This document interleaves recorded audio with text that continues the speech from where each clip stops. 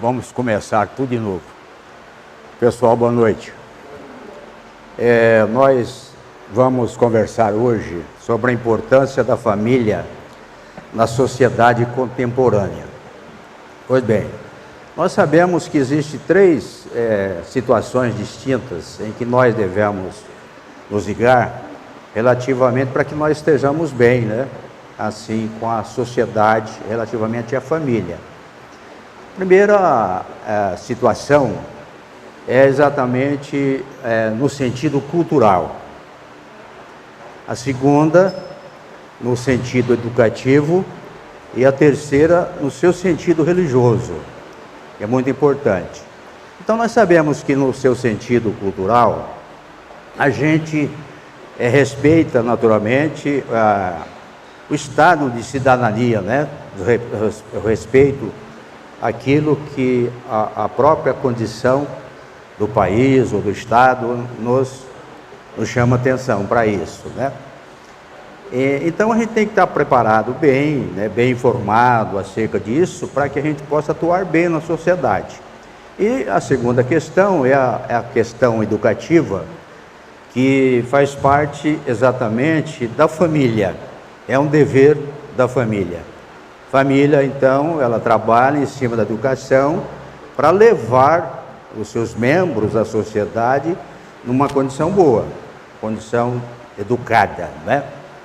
E não poderia deixar de ser, ela tem que também cuidar da parte religiosa, porque a parte religiosa, naturalmente, vai nos trazer os preceitos morais educativos, e esses preceitos morais educativos é que nos fazem criaturas melhores junto à sociedade, que leva-nos a respeitar os direitos de cada um. É assim que funciona. Então, nós vamos conversar um pouco sobre isso dentro do contexto espírita, dentro da condição espírita. Então, família, a rigor, é uma instituição social que compreende indivíduos ligados entre si por laços consanguíneos. Indivíduos ligados pelos laços do sangue. Isso nós chamamos de família. Eu apanhei essa mensagem aqui do Papa Francisco e achei muito interessante. Ele diz assim, família é um grupo de pessoas cheias de defeitos que Deus reúne para que convivam com as diferenças e desenvolva a tolerância, a benevolência, a caridade, o perdão, o respeito, a gratidão, a paciência, direitos e deveres, limites, enfim, que aprendam a amar. Deveres e limites, e que, enfim, aprendam a amar. Fazendo ao outro que o outro lhe faça, ou que quer que o outro lhe faça, sem exigir dele perfeição que ainda não temos. Nós não nascemos onde merecemos, mas onde necessitamos evoluir. É isso que ele fala. Esse papo aqui, acho que em outras oportunidades, deve ter sido espírita, né? Porque ele traz umas mensagens espetaculares, né? Então, vocês viram aqui que a família não é aquela família que já vem constituída, não, já tudo santinho, tudo prontinho, não. A gente tem que estudar, esforçar para criar um processo dentro da família, um processo ideal, para que a gente possa relacionar bem com todas as outras pessoas. É na família que aprendemos a compreender e a nos situar no mundo. Família é o bem mais precioso. É o bem mais precioso. Com a família, formamos a nossa entidade social de valores, ética e moral, processo educativo que se dá exatamente na família. A melhor escola ainda é o lar, onde a criatura deve receber as bases do sentimento e do caráter. Isso aqui, quem fala é Emmanuel, no livro O Consolador. Ela diz que é a base, né? As bases do sentimento e do caráter. É ali, através da educação, que nós recebemos isso, na família. Alguns pais desavisados desejam que o ensino escola, resolva o sistema de educação familiar. A gente está vendo uma grande dificuldade atual sobre isso, e quando os pais realmente acham que as escolas é que têm o dever de educar os seus filhos, e não é. A gente sabe que não é. A gente sabe até que tem filhos, alunos, né, que agridem professores e outras coisas mais, por falta de uma educação no lar. Se tivesse educação, não fariam isso. Não será numa aula de matemática ou outra qualquer que um aluno aprenderá a lidar com sentimentos de raiva ou inveja, que é de responsabilidade da educação do lar. É ali que ele vai aprender, que, né, ele vai lidar, vai administrar isso. Não é na escola, mas sim dentro do lar, dentro da família, com os ensinamentos dos pais, para que ele apure o seu sentimento, que ele melhore os seus sentimentos ali. Escola e família, juntos, escrevemos um futuro melhor. Mas é isso. A gente sabe que atualmente até existe alguns grupos de professores que eles têm a intenção até de reunir pais, né? Pais que às vezes estão menos avisados quanto à educação dos filhos, esses alunos mais problemáticos, né, que eles têm encontrado, a gente reúne esses pais para conversar com ele. Não que aí a escola tem o dever de passar a educação para os filhos, mas conversar com os pais relativamente sobre os filhos, para que os pais despertem para essa realidade, para que os filhos não dêem tanto trabalho, né? É uma parceria entre a escola e a própria família. A instituição escolar visa difundir o conhecimento, não educar, dar limites ou estabelecer regras. Essa não é a função da escola. Não é, essa é uma função dos pais, da família, né? A função da escola é ensinar, e da família, educar. A família na educação. A renovação das criaturas se fará através da educação. Sempre foi e continua sendo assim, fará através da educação. A educação se inicia na infância, desde os primeiros momentos do espírito encarnado. E a responsabilidade de educar essas almas compete aos pais. Porque é assim que nós formamos a sociedade organizada, ou nós formamos a sociedade organizada. Por quê? Porque você, quando dá um bom amparo aos seus filhos, uma boa educação, é natural que ele vai se portar bem na condição social, dentro daqueles 3 propósitos que nós falamos, da educação, né, da cultura e da questão religiosa. Então, a função da família, no seu sentido de nutritiva, por exemplo, é dar proteção, trazer o alimento, o afeto, né?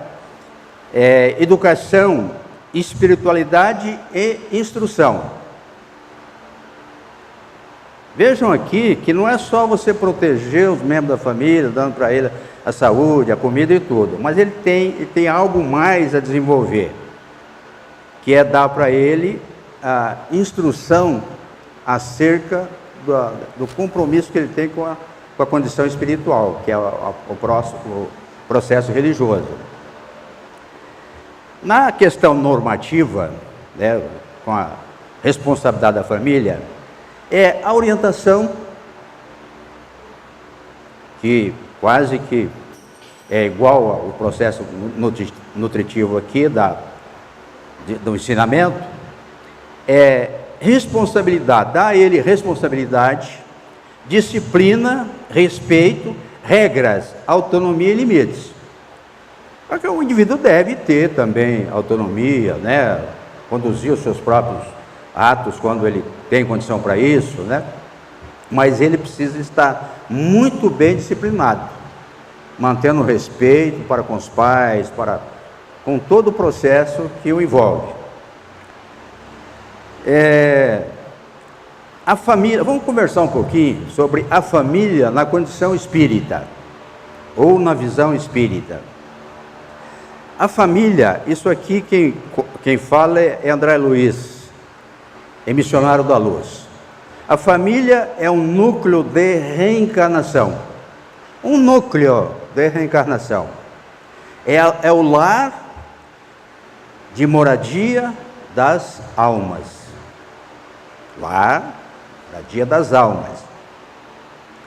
Na questão 383 do Livro dos Espíritos, Kardec perguntou qual é para o espírito a utilidade de passar pela infância. É aquelas almas que vem vindo conforme nós falamos, que é dever dos pais a educação. Então, qual a utilidade dele passar pela infância? Elas respondem assim aos espíritos: encarnando-se com o fim de se aperfeiçoar, o espírito é mais acessível durante esse tempo às impressões que recebe e que pode ajudar o seu adiantamento, para o qual deve contribuir o que estão encarregados da sua educação. Então, quando o espírito vem para a Terra, naturalmente, como ele passou, nós sabemos que todos nós temos todo um processo tivemos um processo de reencarnação incrível, né?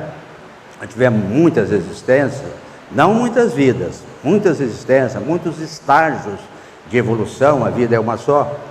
Então, o que se passou conosco é o seguinte: a gente vem agora esquecendo muitas coisas, naturalmente, ou a maioria das coisas, né, que a gente sabia, para buscar uma nova retomada de posição.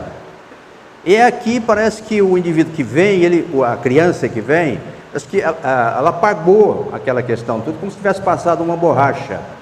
E ela está pronta a novos ensinamentos, que é o que acontece com a criança, né? Temos que já tem uma sabedoria incrível, né? Ela tem a intuição, ela traz sabedorias e tudo. Mas quando ela vem, naturalmente, ela está mais pronta a receber os ensinamentos dos pais, né? E aí na 582, também do Livro dos Espíritos, a pergunta é assim: pode-se considerar a paternidade como uma missão? É uma missão, essa questão de sermos pais? E aí eles respondem: é sem contradita, não tem contradição sobre isso. É uma missão e, ao mesmo tempo, um dever muito grande, que implica mais do que o homem pensa, sua responsabilidade para o futuro. Porque é isso, Deus nos confia criaturas que vêm habitar em nosso meio, que são os nossos filhos, exatamente para que nós cuidemos deles. A gente não pode pensar absolutamente que esses filhos são instrumentos nossos. Esse é meu filho. Até essa questão de você falar que é meu filho, né? É uma questão dos laços consanguíneos, sem sombra de dúvida. Mas é um filho de Deus, como todos nós somos, que Deus envia para que nós eduquemos essas criaturas. Quando ele vem para cá, nós falamos que havia até um apagamento ali na sua mente, para que ele fique acessível a novos ensinamentos. É assim que acontece, porque a criança de 0 a 7 anos, nós temos uma facilidade incrível de lidar com elas, de levarmos essas criaturas, né, do jeito que nós achamos que elas devem se conduzirem. Então é uma preocupação que o indivíduo tem de ter nesse período, para que ele não depois coloque as suas asinhas de fora, porque se nós deixarmos desenvolver o indivíduo de qualquer jeito, não passar para ele educação na hora certa, esse indivíduo pode desenvolver depois. Como ele tem as tendências, muitas vezes o espírito às vezes tem as tendências para isso, ele desenvolve essa capacidade. Aí a gente perde o freio sobre eles. É o que acontece com a adolescência, né? Com muitas crianças aí, estão envolvidas aí em situações incríveis. Vocês viram agora, recentemente, no Diário da Região, aquele juiz da infância e juventude, que trabalhando aí, um trabalho espetacular que ele está fazendo aqui em Rio Preto, sobre essa questão das crianças, dos jovens. Ele encontrou esses jovens numa chácara aqui, perto de Rio Preto, mais de 50 jovens, envolvidos com drogas, envolvidos com bebidas alcoólicas, com tudo.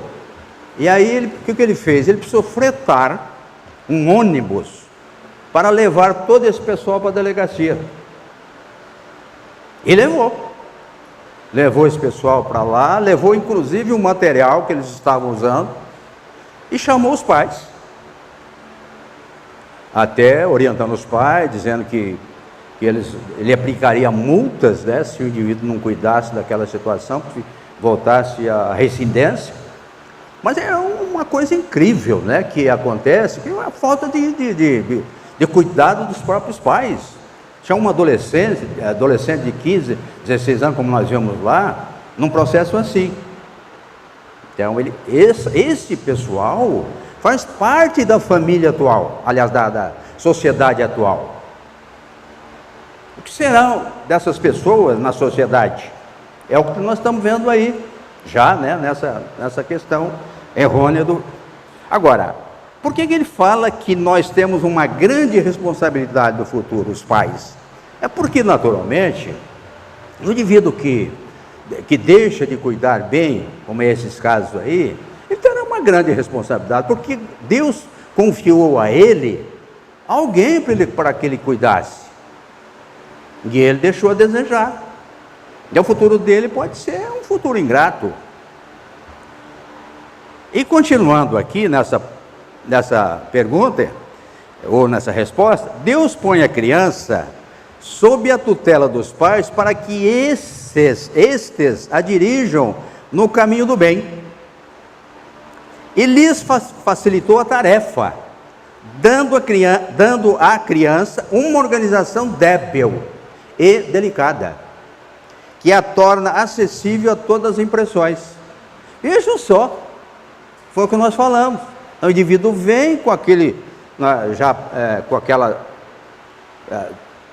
situação em que os pais têm mais facilidade de lidar com eles, estão mais acessíveis. Uma criança numa condição débil, delicada, né, que ele tem tudo a aprender. Aí é esse período que ele deve cuidar disso. Se este sucumbir, quer dizer, a criança, se este sucumbir por sua culpa ou por culpa dos pais, terão de sofrer a pena. E os sofrimentos da criança na vida futura recairão sobre eles, porque não fizeram o que lhes competia para o seu adiantamento nas vias do bem. Por que eles terão sofrimento? Porque vocês já pensaram, o indivíduo que não se preocupou com isso, que ama os seus filhos, que depois vê à frente de filhos mal educados, filhos rebeldes, né, que lhes pagam com ingratidão, porque ele não cuidou.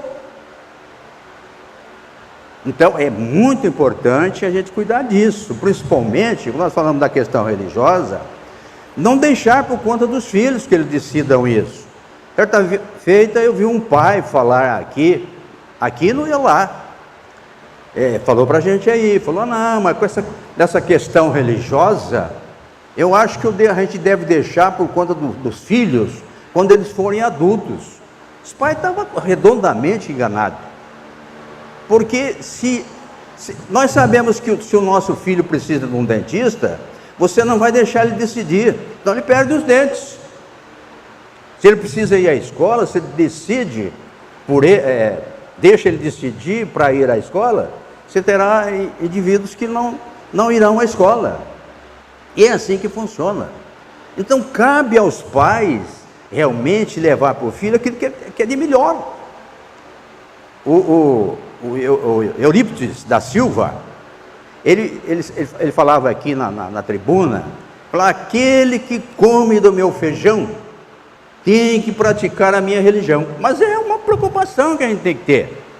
Ora, a gente sabe que é melhor para eles, por que não passar já para eles essa questão? Aliás, quando o indivíduo está bem amparado pela educação moral que a religião traz, a boa religião, a religião bem organizada traz para ele não vai ter esse problema, os pais não vão ter esse problema com ele no futuro. Ele vai ser uma pessoa bondosa, porque ele aprendeu a ser bom. Por isso a necessidade, além da escola, ensinar a questão religiosa, a moral cristã, como já falei. É muito importante levar para ele isso. Há, pois, duas espécies de famílias. As famílias pelos laços espirituais e as famílias pelos laços corporais. Isso quem fala é Kardec. As primeiras se fortalecem pela purificação e se perpetuam no mundo dos espíritos. Aquelas dos laços espirituais. Elas se fortalecem a cada dia, porque elas se purificam, elas se amam, e elas levam, e elas constroem grandes famílias, continuam com a família no mundo espiritual, assim como elas estavam aqui no mundo material. E as segundas, pelos laços corporais, se extinguem com o tempo e muitas vezes se dissolvem moralmente na existência atual. Não é o que nós vemos muitas vezes, aqueles indivíduos que a gente fala, indivíduos desgarrados da família. Ele viveu um tempo com a família, porque é comum a gente ver aí na televisão, indivíduo atrás da mãe, ou do pai, ou do filho, que fazia 40 anos que o indivíduo não via. Não há laços construtivos, não há laços afetivos com esse pessoal, para viver tanto assim. Porque as famílias unidas, elas não separam uma das outras. Elas sabem, continuam se amando. É assim que funciona, né? Os que encarnam numa família, sobretudo como parentes próximos, são, as mais das vezes, espíritos simpáticos, ligados por anteriores relações que se expressam por uma afeição recíproca na vida terrena. Então o indivíduo já vem, ele já tem aquela capacidade de amar o outro, porque já vinha fazendo isso em outras existências, há muito tempo. Tem mais facilidade de amar os outros, e não se desgarra assim, como acontece com muitas pessoas, né? Mas também pode acontecer que eles sejam completamente estranhos uns aos outros, afastados entre si por antipatias igualmente anteriores, que se traduzem na Terra por um mútuo antagonismo. É o que acontece também. Muitas vezes a gente constitui família aqui na Terra e não temos afeto, o indivíduo não entra com um processo incrível, né, de desafeto um para com o outro, e Deus permite que a gente acerte isso em novas oportunidades. E quem errou aqui na Terra, não amou, fez coisas erradíssimas contra os pais ou contra a própria família mesmo, então Deus permite que ele volte para reparar isso, num processo de acerto, de expiação, que é um processo perfeitamente reeducativo. É comum então a gente encontrar às vezes indivíduos, né, que amam outras pessoas que não são da própria família, amam mais do que os próprios familiares.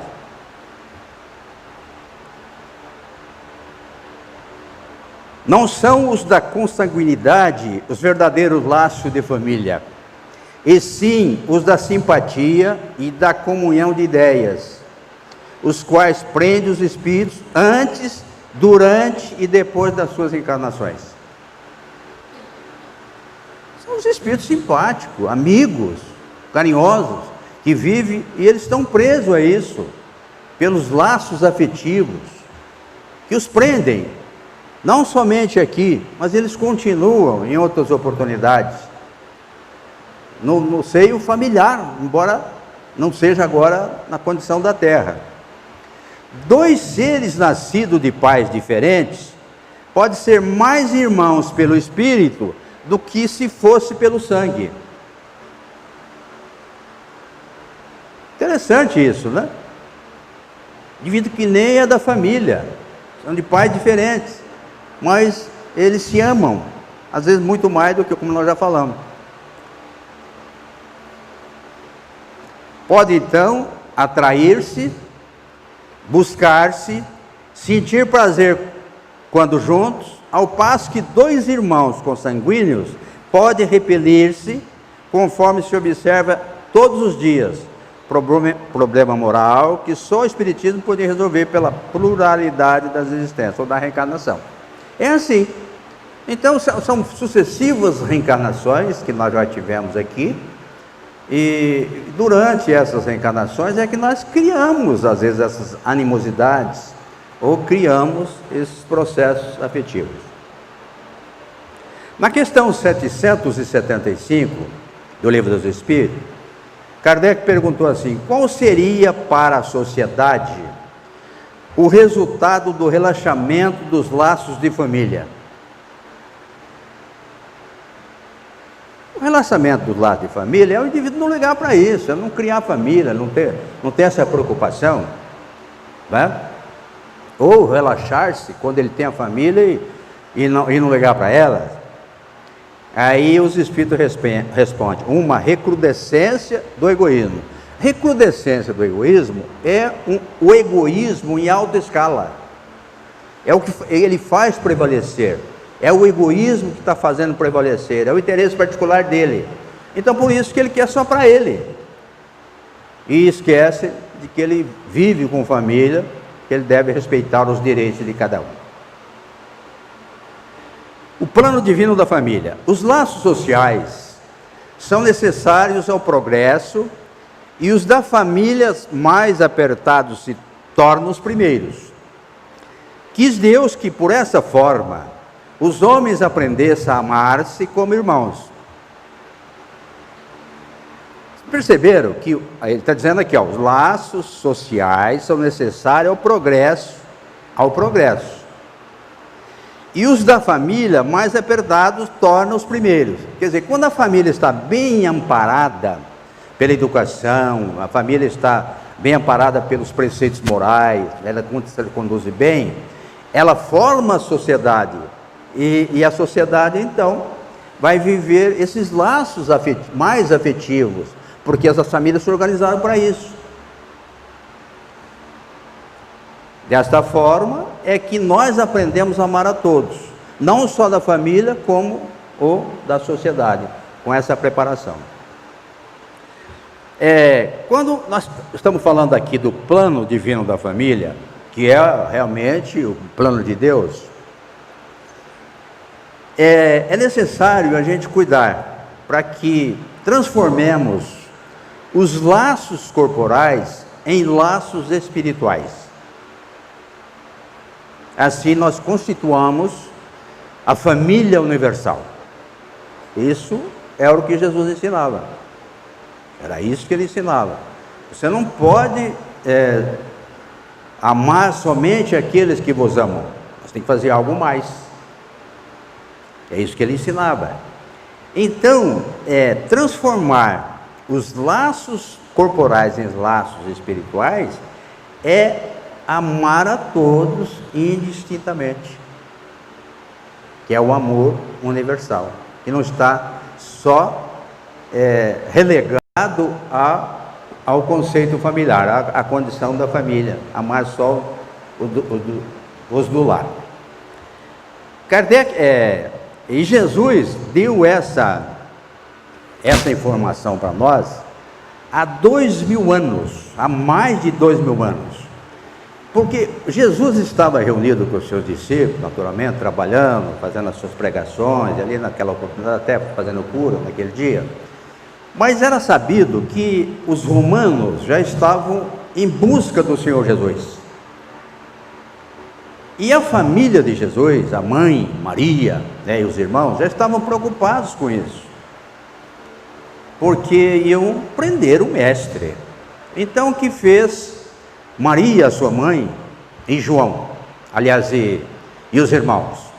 Se conduziram onde Jesus estava e anunciaram ali a presença deles. Os discípulos, ouvindo isso, foram até Jesus e disseram ao mestre que a sua mãe e os seus irmãos estavam procurando. Olha o que Jesus disse para eles naquela oportunidade. Jesus disse assim: quem é a minha mãe? E quem são os meus irmãos? Senão aqueles que fazem a vontade do meu Pai que está nos céus.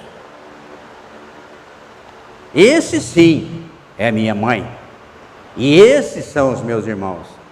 Fazer a vontade do Pai que está nos céus era exatamente se amparar nesse processo de educação, de amor a todos indistintamente.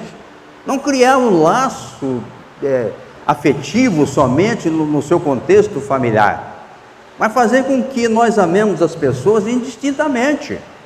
Ah, mas é tão difícil amar o estranho. Não é difícil.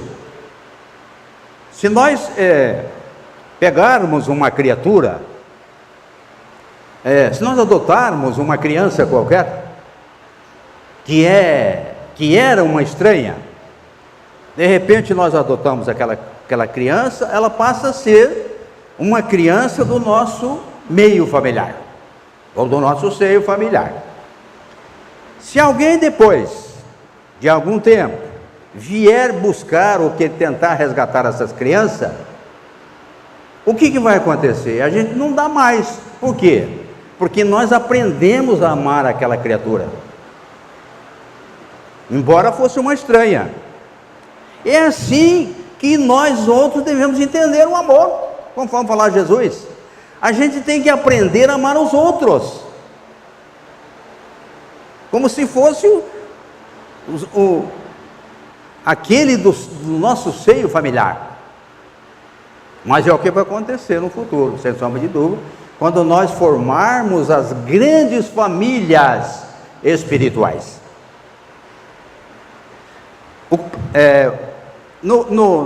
No plano espiritual, sem sombra de dúvida, existe um planejamento de família. Frequentemente, o espírito renasce no mesmo meio que já viveu, estabelecendo de novo relações com as mesmas pessoas, conforme nós já falamos, a fim de reparar o mal que lhe haja feito. Frequentemente acontece isso, que é uma forma que Deus faz de nos arrumar um jeito de que nós possamos acertar com esses familiares, porque afinal de contas eram nossos familiares. E nós precisamos amá-los agora. Esses filhos problematizados são companheiros provenientes de desatinadas experiências. Quando um filho vem ao lar, você vai ter uma dificuldade imensa para lidar com ele, você pode ter certeza que esse filho foi um desafeto de outras oportunidades, que agora você precisa aprender a amá-lo. Quer mais esse caminho espetacular que Deus criou, que é o caminho da mãe para receber o filho que ela amamenta ali nos seus primeiros dias da sua própria nascença? Gente, isso é uma coisa fantástica. Ele colocou um anjo de guarda junto a esse indivíduo para que cuidasse dele e aprendesse a amar esse indivíduo. Outros são inimigos que voltam seu lado para os acertos que o amor propõe. É a mesma coisa, né? Acerto que o amor propõe.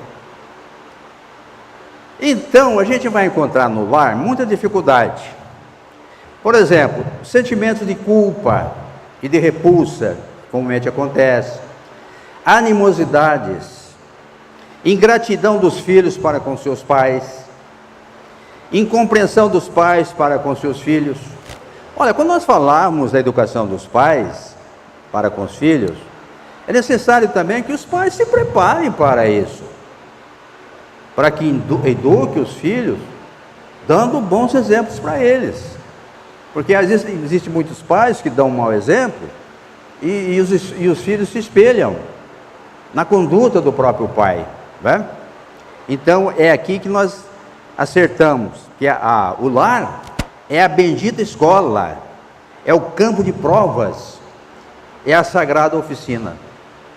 É a sagrada oficina, onde nós vamos colocar em ordem toda essa questão. É só prestar atenção nisso. E sobre os filhos, gente, nós já estamos quase terminando, só tem... Cadê o Alexandre? O Alexandre ainda está ali? Não. Ah, já foi embora? Eu falei para ele que hoje ele não podia sair daqui, não. Eu tenho um negócio para falar com ele aqui no final. Não, pode deixar, é brincadeira.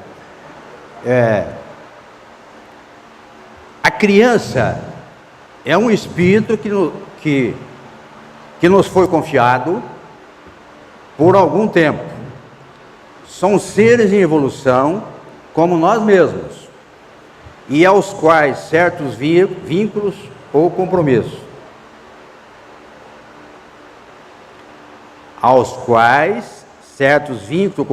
nos ligam por essa ou por aquela razão. Então tudo tem razão de ser. A criança vem com esse problema, tudo tem razão.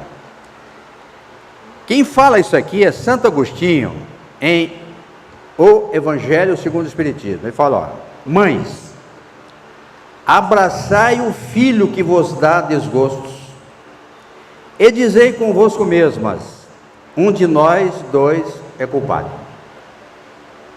Santo Agostinho está dizendo isso. Abraçai os filhos, né? Aprender a amar de vida. Pais e filhos retornam com a promessa de se perdoarem, ambos. A família não nasce pronta, constrói-se aos poucos, e é o melhor laboratório do amor. É o melhor laboratório do amor, porque ali eles nos dão ensejo da prática do amor, de vivenciar com ele, de aprender com ele, de amá-los verdadeiramente. Em casa, entre pais e filhos, pode-se aprender a amar, ter respeito, fé, solidariedade, companheirismo e outros sentimentos mais.